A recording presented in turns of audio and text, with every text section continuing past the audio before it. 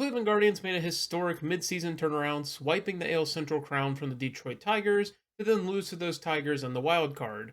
Now, with an important offseason to fix the issues of the team, will the front office actually make moves to improve the team, or will they stick to their cheapskate ways? Hello, my name is Avery Taylor, and welcome to Rebuild October, a series where we rebuild a new team every day across the month of October. So, whether you're looking for your favorite team or just generally curious as to how every team should approach the offseason, then this is the series for you. And with that, let's jump right into the video. As you can see from the war by position, it paints a good picture of where this team is at. The pitching continues to be incredible, especially in that bullpen, while the offense, aside from Ramirez and Kwan, has a lot of issues. And that offense should be the primary focus of this offseason. However, before we can talk about the additions to the roster, we have to talk about the impending free agents. The Guardians are faced with 3 unrestricted free agents, as well as 1 club option. For the unrestricted free agents, the Guardians will watch them all hit the open market, as all of them are fairly replaceable. As for the 1 club option, they have a $6 million club option over John Means. The Guardians signed this contract with full knowledge of Means' 2025 potentially being a lost cause after Tommy John surgery. He made some minor league appearances but never cracked the major league roster. Means is the ultimate wild card because he's made a total of 10 starts since the start of 2022. However, every time he steps onto the mound, he's still very good. While the Guardians did have a rotation that improved massively during the second half of the season, Means has enough upside that the Guardians might as well take a flyer on him to start the season and can always move on if he gets injured or underperforms. As for prospects the team could turn to, the first has to be the team's #1 overall pick in 2024, Travis Bazzana. Bazzana really turned things around in the second half of the season and was able to make it to AAA and performed fairly well there in 26 games. He's a little different to the prospect that we expected coming out because his extremely plus hit tool has yet to really show through. While he has an incredibly high walk rate, his batting average and strikeout rate are just not where a 65 grade hit tool should be. However, the upside is undoubtedly there, and this is where my rebuild will look much different to what the Guardians will probably actually do. The Guardians need some life from their up the middle bats, and while Bazzana probably needs more time in the minor leagues, he's going to be my second baseman to start the season. Chase DeLauter actually made the wildcard roster for the Guardians despite not playing any games during the regular season at the major league level.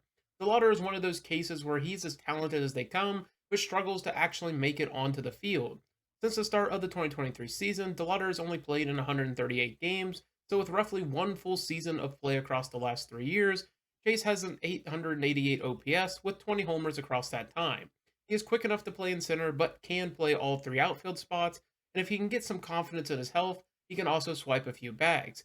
As a fellow West Virginia native, I have to push DeLauter to the major leagues, not only because I want to, but because the Guardians need life in that offense, and we know it won't come from free agency. Another name the Guardians will see at some point during the season is Angel Janao.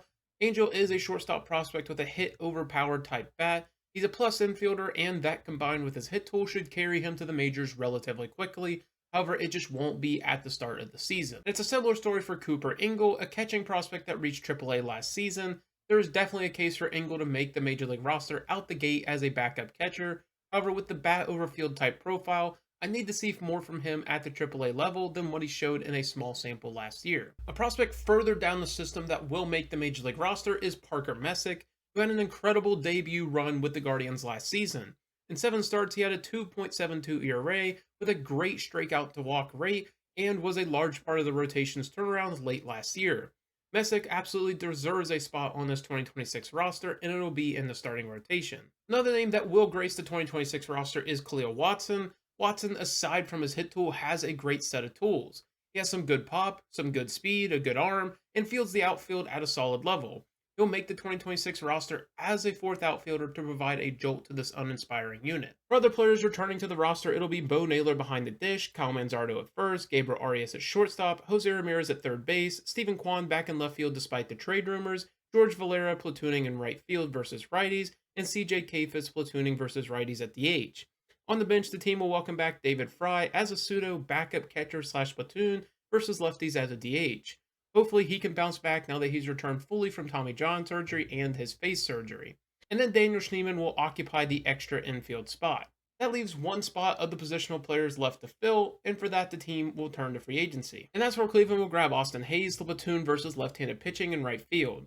Hayes mashes left-handed pitching and will fit the platoon nicely. Defensively, he hasn't played much right field recently, but he actually fits the profile very well. He has a strong arm and limited range, so it would be a good fit for the Guardians. Moving to the rotation, it's more of a matter of who we leave out as opposed to who we keep, because the Guardians do have a lot of options. Gavin Williams and Tanner Beebe are the sure starters to be back, with Joey Cantillo grabbing the last rotation spot. And then for the bullpen to start the year, it'll be Cade Smith, Hunter Gaddis, Eric Sabrowski, Matt Festa, Colby Allard, Zach Kent, Sam Hinges, and Logan Allen. And that's going to do it for the video. The Guardians have the makings of a really good team, and they have that really exciting prospect system as well, but the financial limitations make this team really hard to do much with.